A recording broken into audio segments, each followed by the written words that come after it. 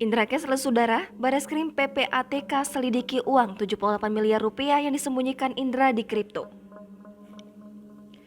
Tuhan menjawab permintaan Indra Kents agar dimiskinkan.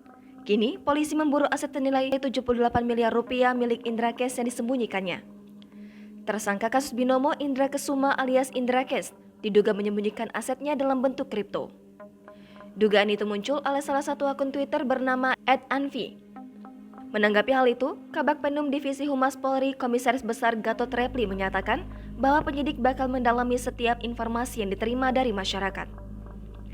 Ia menuturkan pihaknya juga bakal berkoordinasi dengan Pusat Pelaporan dan Analisis Transaksi Keuangan atau PPATK untuk mendalami aset-aset milik Indra Kents. Sebagai informasi, tersangka kasus binomo Indra Kents diduga menyembunyikan asetnya dalam bentuk kripto senilai 78 miliar rupiah.